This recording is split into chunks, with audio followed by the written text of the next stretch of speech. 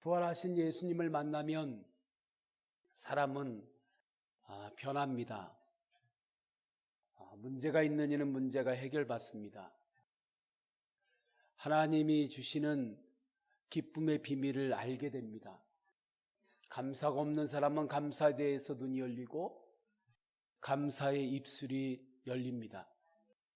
부활의 예수 그리스도를 만나는 그 자체가 놀라운 하나님의 축복입니다. 성경에는 부활하신 예수님을 만나면서 그의 삶이 행복한 삶, 감사의 삶으로 변화된 인물들이 쭉 나오게 되죠. 그 사람들을 가리켜서 예수님의 제자들이다 그렇게 표현하는 겁니다. 베드로가 있고 사도 바울이 있습니다. 그의 수많은 복음 전도자들이 있죠. 오늘 본문에 나오는 도마도 마찬가지입니다. 도마도 부활하신 예수 그리스도를 만났기 때문에 그의 인생이 평안이 없는 인생에서 평안은 있는 인생으로 바뀌게 됩니다. 그러면 도마가 부활하신 예수 그리스도를 만나면서 그에게 임한 하나님의 특별한 은혜는 무엇이었는가? 그것을 우리는 본문을 통해서 깨닫고 그 은혜가 저와 여러분에게 충만하게 임하기를 원합니다. 첫째로 도마에게 임한 하나님의 은혜는 도마가 예수 그리스도를 만난 이후부터는 예수 그리스도와 동행하는 삶을 살게 되었다는 것입니다. 이것이 도마에게 주신 하나님의 첫 번째 축복이죠. 예수 그리스도와 만남 이후에 도마에게 임한 하늘의 비밀이었습니다. 오늘 말씀을 먼저 보겠습니다. 말씀의 27절을 우리 다 함께 읽습니다. 시작. 도마에게 이르시되 내 손가락을 이리 내밀어 내 손을 보고 내 손을 내밀어 내 옆구리에 넣어보라. 그리하여 믿음 없는 자가 되지 말고 믿는 자가 되라. 아멘. 오늘 말씀에서는 충격적인 이야기를 예수님께서 하시죠. 도마에게 믿음 없는 자가 되지 말고 믿음 있는 자가 되라고 합니다. 도마는 예수 그리스도와 지금까지 계속해서 함께 다녔던 사람입니다. 예수님을 따랐던 사람입니다. 그런데 예수님께서 도마에게 믿음 없는 사람아 말씀하는 거죠. 믿음 없이 예수님을 따랐다는 겁니다. 믿음 없이도 교회 다닐 수 있고 믿음 없이도 기도할 수 있고 믿음 없이도 찬양할 수 있는 거죠. 그러나 믿음 없이 기도하고 믿음 없이 찬양할 때에는 하나 나타나는 현상이 있는데 그 사람 안에는 평안이 없습니다. 주님 앞에 모양으로 나올 수는 있지만 마음 안에 평안의 은혜를 얻지를 못하는 거예요. 믿음 없이 주님을 따르기 때문에 그렇습니다. 그래서 주님은 도마에게 믿는 자가 되라 말씀하죠. 도마를 보게 되면 참 특별한 사람입니다. 어떠한 유형의 사람이냐면 도마는 예수님을 믿지는 않았는데 열심히 사는 사람. 예수님을 믿지는 않는데 성실하게 살아가고 의리도 있고 예수님을 믿지는 않는데 괜찮은 사람. 이러한 모습이 도마의 삶 가운데 보여집니다. 도마에 관해서는 요한복음의 세 본문에서 나오고 있는데 첫 번째 본문에서는 이렇게 드러납니다. 물론 도마가 어떻게 예수님을 처음에 믿게 됐는지 그 계기에 대해서 구체적으로 나오지는 않습니다. 베드로나 사도 바울은 특별한 계기가 있죠. 베드로 같은 경우는 밤새 물고기를 못 잡았는데 예수님께서 그물을 던져라 해서 순종했더니 물고기가 많이 잡혔습니다. 그 뒤로 예수님을 따르죠. 사도 바울은 다메섹 도성에서 예수 그리스도를 만납니다. 음성을 듣습니다. 눈에서 비늘이 떨어지는 신비 체험을 합니다. 그리고 예수님을 따라요. 그런데 도마에게는 그러한 특별한 계기가 있었는지에 대해서 성경은 증언하지 않습니다. 그러니까 어찌하다가 예수님을 따르게 된 사람인지 모르겠습니다. 특별한 경험은 없지만 가족 중에 누가 먼저 신앙생활을 했기 때문에 예수님을 따랐다든지, 모태신앙으로 예수님 앞에 나오게 됐다든지, 어떠한 그러한 형태처럼 도마는 언제부터인가 예수님을 따르게 되었던 거죠. 근데 저는 도마의 그 두 가지 특성, 믿음은 없는데 주님 앞에서, 하나님 앞에서 그래도 성실한 삶을 유지했던 그 삶을 통해서도 우리는 교훈을 얻을 수 있습니다. 저는 그 교훈도 우리가 함께 얻기를 원하고, 그러나 그 교훈에는 또한 명확한 한계가 있음을 말씀을 통해서 알 수가 있습니다. 그 한계도 알고 그것을 뛰어넘는 믿음의 사람으로 우리 모두가 더 견고하게 서시기를 주님의 이름으로 축원합니다. 도마는 예수님을 따르기 시작한 이후로 예수님의 말씀을 듣는데 말씀이 하나하나 옳은 거예요. 말씀이 틀린 말이 없습니다. 그래서 예수 그리스도의 이야기에 감동을 받아요. 또 예수 그리스도의 기적을 바라보면서 도마는 그 기적 가운데 예수 그리스도의 능력도 체험을 합니다. 아하, 예수님은 이 세상 수준하고는 전혀 다른 사랑과 능력이 이분에게는 있구나 하면서 예수 그리스도를 존경합니다. 예수 그리스도를 하나의 롤 모델로 생각합니다. 선생님으로 생각했습니다. 그래서 요한복음 11장에 보게 되면 이러한 장면이 나와요. 예수님께서 예루살렘에서 복음을 전했을 때에 유대인들이 예수님을 돌로 쳐가지고 죽이려고 합니다. 그래서 예수님께서 그곳으로부터 빠져나와요.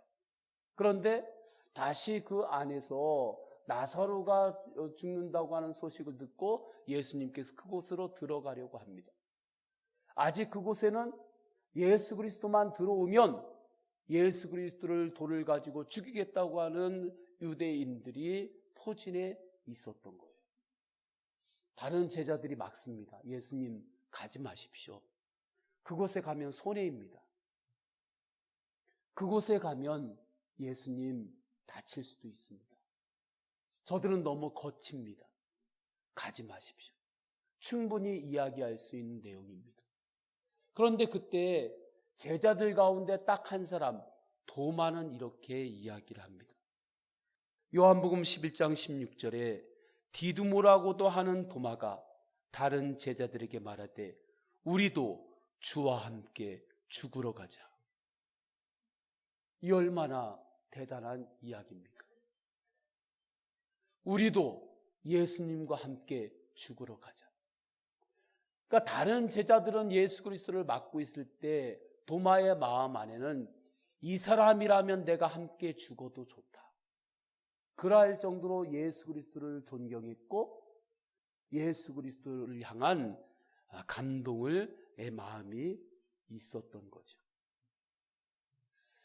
이 도마의 행적은 요한복음 14장에 계속해서 이어집니다. 도마는 좀 적극적인 사람이에요. 적극적인 구도자의 모습이 보여집니다. 그러니까 순간순간마다 그는 최선을 다하는 사람이에요. 요한복음 14장에는 어떠한 장면이 나오냐면 예수님께서 십자가를 지시기 위해서 예루살렘에 들어가시기 전에 제자들에게 이렇게 이야기합니다. 보통 장례 때 우리가 많이 사용하는 우리가 읽는 말씀인데 내가 너희를 위하여 거처를 예비하러 가노니 내가 어디로 가는지 그 길을 너희가 아느니라. 제자들이 모두 다 이 말씀을 들었습니다. 그런데 제자들이 십자가에 달리신 예수 그리스도 앞에서 행했던 그 행동들을 볼 때에 이때 제자들 가운데 이 주님의 말씀의 뜻을 완전히 이해한 사람은 한 사람도 없었다고 보는 것이 맞습니다. 그러니까 제자들은 예수님이 지금 하신 말씀이 무슨 말인지 모르는 거예요. 내가 너희를 위하여 거처를 예비하러 간다. 내 길을 너희도 안다. 했을 때 제자들은 다 몰랐어요. 그런데 다른 제자들은 모르는데 아는 체하고 가만히 있었습니다. 아는 체하고 가만히 있었어요. 도마만 예수 그리스도 앞에 손을 들고 질문합니다. 예수님, 주께로 어디로 가시는지 저는 알지 못합니다. 제가 어찌 그 길을 알겠사옵나이까? 요한복음 14장 5절에 이렇게 말씀하죠. 도마의 자세를 보게 되면 정직합니다. 주님 앞에서 모르는 것은 모른다고 합니다. 예수님 앞에서 자신의 무지를 드러냅니다. 저는 성도님들이 예수님 앞에 나와서까지, 하나님 앞에 나와서까지 모르는 것을 아는 체 하지 않기를 축원합니다. 세상에서 남보다 조금 더 경험을 더했다고, 남보다 조금 더 많이 안다고, 남보다 세상 힘을 조금 더 가졌다고 내가 다 세상을 다 아는 것이냐, 그렇게 하나님 앞에서 살지 않기를 주님의 이름으로 축원합니다. 그것을 성경에서는 교만이라고 이야기합니다. 가장 큰 지혜는 모르면 모른다고 하는 것이 가장 큰 지혜입니다. 그래서 요즘은 정직이 최고의 마케팅이란 이야기도 있지 않습니까? 하나님 앞에서 스스로를 속이지 않기를 주님의 이름으로 축원합니다. 도마처럼 정직하게 주님 앞에 나를 드러내고 구해야 될 것은 구하십시오.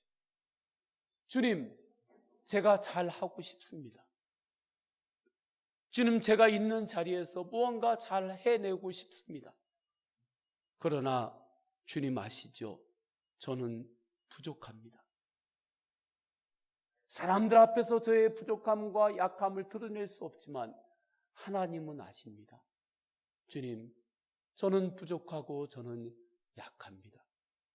주님의 도움이 필요합니다. 주님 도와 주옵소서.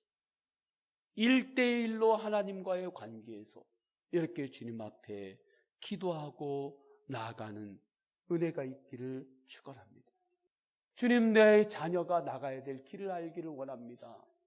주님, 내가 나아가야 될 미래의 길을 알기를 원합니다. 주님, 우리의 가정과 우리의 일터가 어디로 나가야 될지 주님 그 길을 알기를 원합니다. 제가 어떻게 해야 됩니까?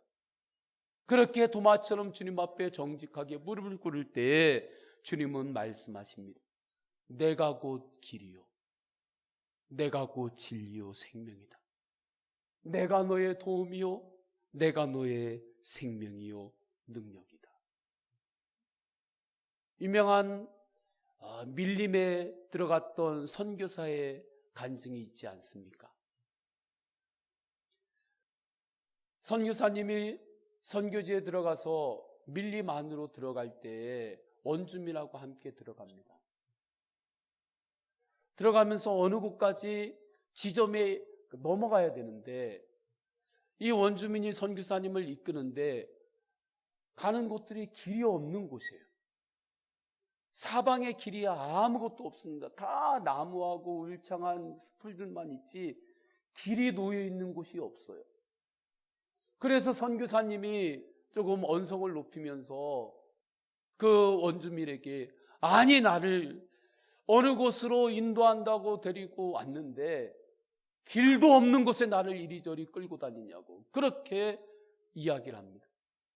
그때 원주민이 이렇게 대답하죠. 이 정글 안에서는 제가 길입니다.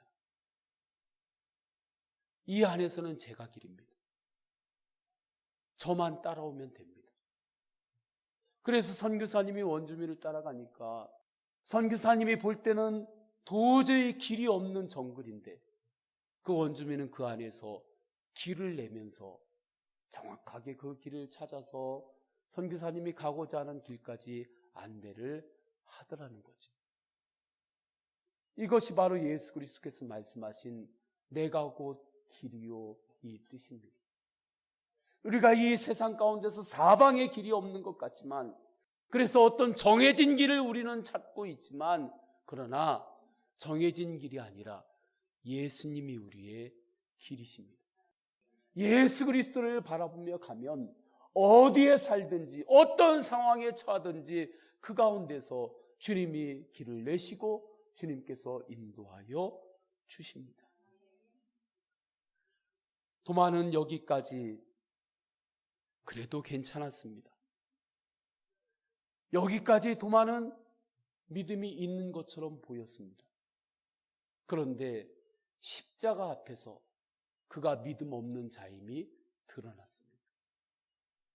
예수 그리스도께서 십자가에서 초라하게 못 박히는 그 순간에 도마는 낙심했습니다. 순간 모든 것이 복잡해졌습니다. 상황이 해석이 되지 않았습니다. 자신의 미래를 생각할 때 답답했습니다. 도마는 이것으로 끝이구나 하고 그는 정리를 했고 결론을 내려버렸습니다. 그래서 본문을 보게 되면 본문 앞절에 제자들이 다 모여있는 그 방에, 무덤에서 예수 그리스도의 부활 소식을 듣고 달려왔던 그 마리아가 전했던 그 예수 그리스도의 부활 소식을 처음 듣는 제자들 무리들이 모여있는 그 방에 도마는 없었습니다. 여드레 만에 제자들 무리에 합류를 한 거예요. 그 여드레 동안 아마 도마는 방황했을 겁니다. 여드레 동안 도마는 흔들렸을 겁니다. 여드레 동안 도마는 마음 안에 평안이 없음을 보았던 거죠. 그런데 도마에게 소식이 들려오는 거예요. 예수님이 다시 사셨다. 예수님이 부활하셨다. 예수 그리스도께서 죽음의 권세를 이기셨다. 그렇게 꺾이는 것 같은 세상의 힘과 권세를 예수 그리스도께서 진리로 승리하셨다. 예수 그리스도의 사랑이 승리했다. 예수 그리스도께서 이전에 내가 십자가에 죽으나 내가 다시 살 것이라고 하셨던 그 말씀대로 주님께서 다시 사셨다. 그 소리를 도마가 듣고 도마가 다시 제자들이 있는 방으로 온 겁니다. 그런데 왔는데도 불구하고 도마는 이렇게 이야기합니다. 나는 예수 그리스도의 부활의 몸에 내 손가락을 직접 넣지 않으면 내가 믿지 못하겠다. 예수 그리스도의 구멍난 옆구리에 나의 주먹이 들어가는 것을 경험하지 않고는 내가 예수 그리스도의 부활을 믿지 못하겠다. 이것은 도마의 기질상 제가 볼 때는 정확합니다. 도마의 기질상 도마는 구도자의 기질이 강했기 때문에 두드려봐야 됐습니다. 두드려봐야 그 다음에 열리는 것을 확인하는 그러한 도마였기 때문에 그렇게 이야기하죠. 예수님께서 이미 제자들에게 오셨다 가셨습니다. 그런데 도마 한 사람을 위해서 오늘 본문에 보면 예수님이 다시 찾아오십니다. 오늘 이 시간에 예배 드릴 때 우리가 예배당에 가득히 우리가 모두 다 모여서 예배 드리지만 예수님은 이 시간에 한 사람을 위해서 오십니다. 할렐루야. 예수님은 하늘의 음성을 전하실 때 여러분 모두를 향한 하나님의 음성을 전하는 것이 아니라 이 시간에 여러분 한 사람을 위해서 주님은 말씀하십니다. 저는 그 한 사람이 여러분이 되시기를 축원합니다. 예수 그리스도께서 그렇게 도마에게 다시 찾아오셔서 말씀하시는 거예요. 예수 그리스도는 도마의 그 구도자의 성향을 충분히 이해하고 있었기 때문에 말씀하는 겁니다. 도마야, 너의 손가락을 내밀어서 내 손바닥에 있는 못 자국에 너의 손가락을 집어넣어 보아라. 그리고 나의 옆구리의 장자구에 너의 손을 넣어 보아라. 성화의 그림을 보게 되면 도마가 직접 예수 그리스도의 손과 옆구리에 자기의 손을 넣지 못합니다. 그때 예수님이 도마의 손을 붙잡고 도마의 손을 예수님이 자신의 손에 이렇게 손가락을 넣게 하고 도마의 손을 붙잡고 예수 그리스도의 옆구리에 넣게 하십니다. 그리고 주님은 말씀합니다. 도마야, 믿음 없는 자가 되지 말고 믿는 자가 되라. 이때 놀라운 일이 일어납니다.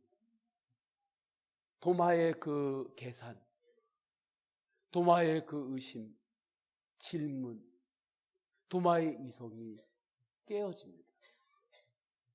그리고 도마는 예수 그리스도 앞에 무릎을 꿇면서 28절에 보게 되면 예수님은 나의 주님이시요 하나님이십니다. 그렇게 고백하죠. 예수님은 나의 롤모델도 아니고 나의 랍비가 아니고 나의 영혼을 살리시는 구세주이십니다. 전지전능하신 하나님이십니다. 그렇게 도마는 고백합니다. 하나님과 예수 그리스도 앞에 도마는 이 시간에 모든 것을 맡깁니다. 모든 것을 내려놓습니다. 그때 놀라운 일이 일어나는데 도마 안에 평안이 임합니다. 저는 이 시간에 예수 그리스도 앞에 우리 성도님들이 모든 것들을 내려놓는 믿음이 있기를 축원합니다. 그때 하늘로부터 평안이 임합니다. 믿음 없이 열심히 살았던 도마는 이 경계를 넘을 수가 없었습니다. 열심히는 살았고 그의 삶 가운데 분명한 의사표현도 있었고 그의 삶 가운데 정확한 계산도 있었지만 그의 영혼은 평안하지가 않았습니다. 그 평안은 세상이 줄 수 있는 평안이 아니기 때문입니다. 하늘로부터 오는 평안이기 때문입니다. 저는 이 시간에 도마가 이 부활하신 예수를 만난 순간에 다시 기억해낸 주님의 말씀이 우리들에게 다시 임하기를 원합니다. 도마는 그 순간에 어떠한 말씀이 생각이 났냐면 요한복음 16장 20절에 주님께서 이렇게 하신 말씀이 생각이 난 겁니다. 너희는 근심하겠으나 너희 근심이 도리어 기쁨이 되리라. 아, 이 근심은 십자가였고 기쁨은 부활이었구나. 요한복음 14장 1절에 너희는 마음에 근심하지 말라. 하나님을 믿으니 또 나를 믿으라. 예수 그리스도 안에 있으면 근심이 도리어 기쁨으로 변합니다. 이 말씀을 믿고 기도하고 믿음으로 나아갈 때 믿음대로 우리 성도님들 가운데 하나님께서 역사하십니다. 이 시간에 근심이 있습니까? 그 근심을 주님의 십자가 앞에 내려놓으시고 십자가 앞에 못 박으시고 주님 앞에 맡기시기를 축원합니다. 반드시 주님은 그 근심을 도리어 기쁨으로 변화시키십니다. 이제서야 도마는 구도자에서 신앙인이 된 것입니다. 이제서야 도마는 자신의 힘이 아닌 주님이 주시는 힘으로 살아가는 은혜의 삶의 눈이 열립니다. 죽음이 끝이 아닌 것을 깨닫습니다.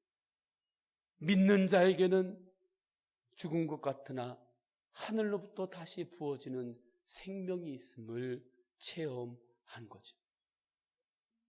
이렇게 주님과 동행하는 신앙으로 도마가 지금부터 살기 시작할 때 그 이후의 인생은 이제 더 이상 하나님 앞에서의 질문은 사라지고 순종이 채워집니다. 이제 남은 인생을 도마는 얼마나 치열하게 사는지 모릅니다. 그 치열하게 사는 삶을 가리켜서 사명의 삶이다 말하는 거죠. 그래서 도마가 부활하신 예수 그리스도를 만남으로 받은 축복은 사명의 삶을 살게 된 것입니다. 그래서 29절에 이렇게 말씀합니다. 예수께서 이르시되 너는 나를 본고로 믿느냐? 보지 못하고 믿는 자들은 복되도다 하시니라.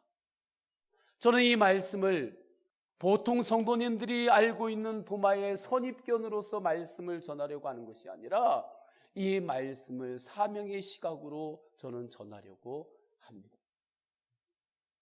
보통 이 본문을 부활을 의심한 도마를 향한 주님의 책망으로 이해합니다. 그러나 이것은 주님의 책망이 아닙니다. 주님 앞에 질문을 던지는 것, 그것을 주님은 절대 책망하지 않습니다. 주님 앞에 구도자의 심정으로 질문하고 구도자의 심정으로 주님 앞에 의심을 하고 의문을 갖는 것, 절대 주님은 그것을 가리켜서 책망하는 분이 아니십니다. 왜냐하면 그것은 두드리는 거기 때문에 그렇습니다. 도마의 의심은 불신이 아니라 두드리는 거였어요. 하늘의 문을 두드리는 거였어요. 왜 이것이 도마를 향한 책망이 아닌지를 알 수 있냐면 예수 그리스도의 다른 제자들도 전부 다 부활하신 예수 그리스도의 몸을 본 뒤에 부활을 믿었습니다. 다른 제자들도 다 그렇게 믿었기 때문에 도마만 특별히 네가 본 이후로 믿느냐? 그렇게 예수님은 책망할 이유가 없었던 거죠. 예수님께서 이렇게 말씀하신 이유는 그 다음 구절을 강조하기 위함이었습니다. 너는 나를 본고로 믿느냐? 보지 못하고 믿는 자들은 복되도다 하시니라. 보지 못하고 믿는 자들. 이들은 뭐냐면 앞으로 예수 그리스도께서 승천하시고 거룩한 영을 이 땅에 보내주셨을 때에 앞으로는 예수 그리스도의 부활하신 몸을 직접 보지 못하나 복음의 소식을 듣고서 믿음을 갖고 구원받는 하나님의 백성들이 일어날 것이다. 그 중에 우리가 있는 것이죠. 그 날이 올 것이다. 그러한 일들이 일어날 것이다. 이러한 일들에 네가 헌신할 수 있겠느냐? 이 일에 내가 충성하기를 내가 원하노라. 주님께서 그렇게 사인을 보내시고 있는 겁니다. 도마에게 예수 그리스도의 영혼 구원의 비전을 보여주시는 말씀입니다. 이때 도마가 예수 그리스도의 비전을 받아들입니다. 이것이 사명이에요. 사명은 예수 그리스도의 꿈이 나의 꿈이 될 때 그것을 가리켜서 사명이라고 하는 겁니다. 그래서 외경이라고 불리는 도마복음을 보게 되면 이후에 도마는 인도를 향하여 전도하러 갑니다. 이 시대에 페르시아를 지나서 인도까지, 그 먼 지경까지 도마복음에 되면 노예의 신분으로 인도까지 가서 그곳에서 복음을 전하고 그리고 그곳에서 순교까지 당하게 되죠. 지금도 인도에는 이 도마 교회가 있습니다. 도마 교회에서 그 마을에서 계속해서 자란 한 여자 청년을 감리교 신학대학교에 있는 이덕주 교회사 교수님이 인도에 가서 만난 적이 있습니다. 그 청년을 만났을 때 그 여자 청년이 하는 이야기는 우리는 언제인지 모르지만 우리의 할머니로부터 예수님에 대해서 배웠습니다. 그래서 우리 마을에서는 예수 그리스도를 믿는 믿음의 사람들이 지금도 예배하고 있습니다. 그때 그 여자 청년의 눈동자가 살아있었다고. 그 여자 청년의 눈동자를 볼 때 이덕주 교수님이 마음에 뜨거움이 일어났다고 그렇게 그분은 이야기를 합니다. 저는 예수 그리스도의 이 비전이 우리 모두의 꿈이 되기를 축원합니다. 우리 모두의 사명이 되기를 원합니다. 저는 새벽에 기도할 때 이러한 기도를 하게 되었습니다. 사마리아의 비유에 나오죠. 강도 만난 사람의 그 말씀이 생각이 났습니다. 하나님, 강도 만난 사람이 쓰러져 있을 때 그는 평안하지 않았습니다. 하나님, 그것처럼 이 땅에서 살아갈 때 우리 교회의 성도들이 평안하지 않은 영혼을 바라볼 때, 평안하지 않은 영혼들을 만났을 때, 예수 그리스도를 알지 못하고 아직도 믿음 없이 살아가는 그 사람들을 바라보았을 때 못 본 채하고 지나가지 않게 하여 주옵소서.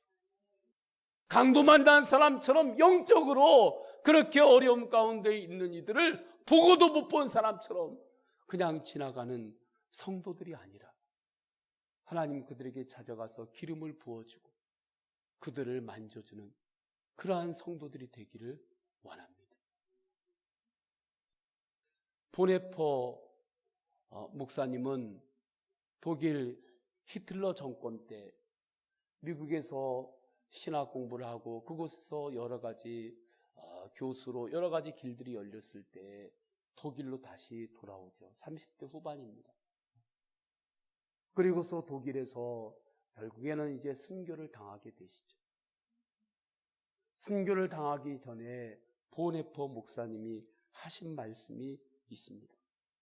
모든 사람들이 다 독일로 돌아가지 말라고 했을 때 보네퍼 목사님은 독일로 돌아오면서 나는 내가 독일에 돌아온 것을 조금도 후회하지 않고 힘차게 일하고 있습니다.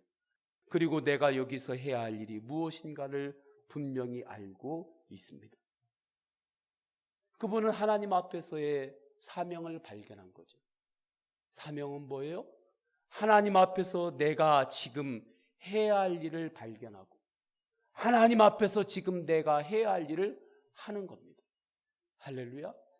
저는 우리 성도님들의 가정이든 일터든 누구의 만남이든 하나님 앞에서 여러분들이 해야 될 일을 하시기를 주님의 이름으로 축원합니다.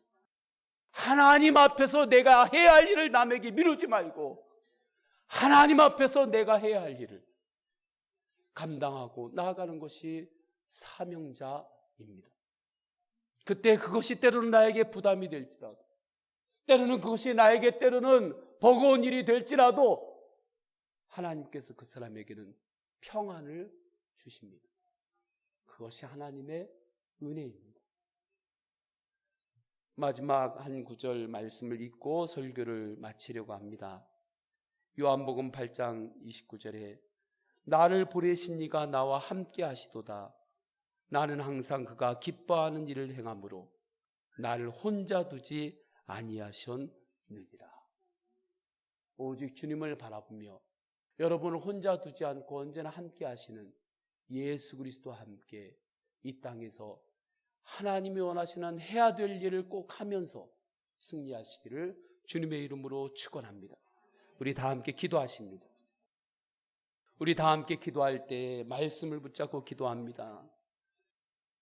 가정에서 나의 일터에서 나의 만남 가운데서 하나님 앞에서 내가 꼭 해야 될 일이 무엇인지 이 시간에 깨닫기를 원합니다.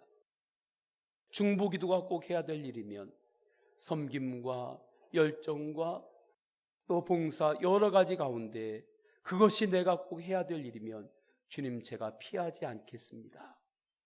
그것을 사명으로 알고 주님 제가 그렇게 살겠습니다. 하나님 아버지 앞에 우리 다 함께 통성으로 기도하십니다. 할렐루야. 하나님 아버지 주님께서 인도해 주셔서 하나님 아버지 우리를 주님께서 불러주시는 은혜 감사합니다. 하나님 주님께서 나를 세워주신 가정에서 일터에서 또 만남 가운데서 또 내가 미래를 준비하고 땀 흘리는 매일매일의 그 시간 속에서 하나님 앞에서 내가 해야 할 일이 있다면 하나님 그것을 남에게 미루지 않고 제가 감당하겠습니다. 하나님 아버지 그때 주님께서는 충분히 내가 감당할 수 있는 힘을 주시는 분이시옵나니 하나님 아버지 그 믿음을 가지고 기도하며 나갈 때 믿음대로 주님 역사하여 주옵소서. 하나님 아버지 이 시간에 주님 앞에 기도할 때 나의 모든 것들을 주님 앞에 맡깁니다. 하나님, 우리의 영 가운데 하늘의 평안을 더하여 주옵소서. 주 예수 그리스도의 이름으로 기도드립니다. 아멘. 우리 다 함께 일어나셔서 결단의 찬양 드리겠습니다.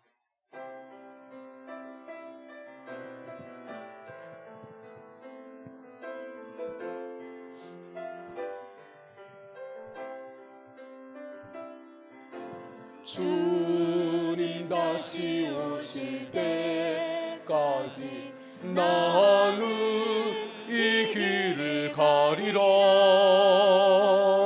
좁은 문 좁은 길 나의 십자가 나의 가는 이 길 끝에서 나의 가는 이 길 끝에서 나는 주님을 보리라. 영광의 내 주님 나를 맞아주. 주님 다시 오실 때까지, 주님 다시 오실 때까지 나는 일어나 달려가리라. 주의 영광 온 땅 덮을 때 나는 일어나 노래하리. 내 사모하는 주님 온 세상 구주시라. 내 사모하는 주님 영광의 왕이. 우리 두 손 들고 찬양합니다. 주님 다시 오실 때까지, 주님 다시 오실 때까지 나는 일어나 달려가리라. 주의 영광 온 땅 덮을 때 나는 일어나 노래하리. 내 사모하는 주님 온 세상 구주시라. 내 사모하는 주님 영광의 왕이시라. 성부 성자 성령 삼위일체 하나님의 사랑과 은혜와 감화 감동하심이 하나님 앞에서 내가 있는 자리에서 감당해야 될 몫이 있음을 알고 주님을 바라보며 세상을 향하여 믿음으로 나아가는 모든 예배자들 위해 영원까지 함께 하시기를 간절히 축원하옵나이다. 아멘.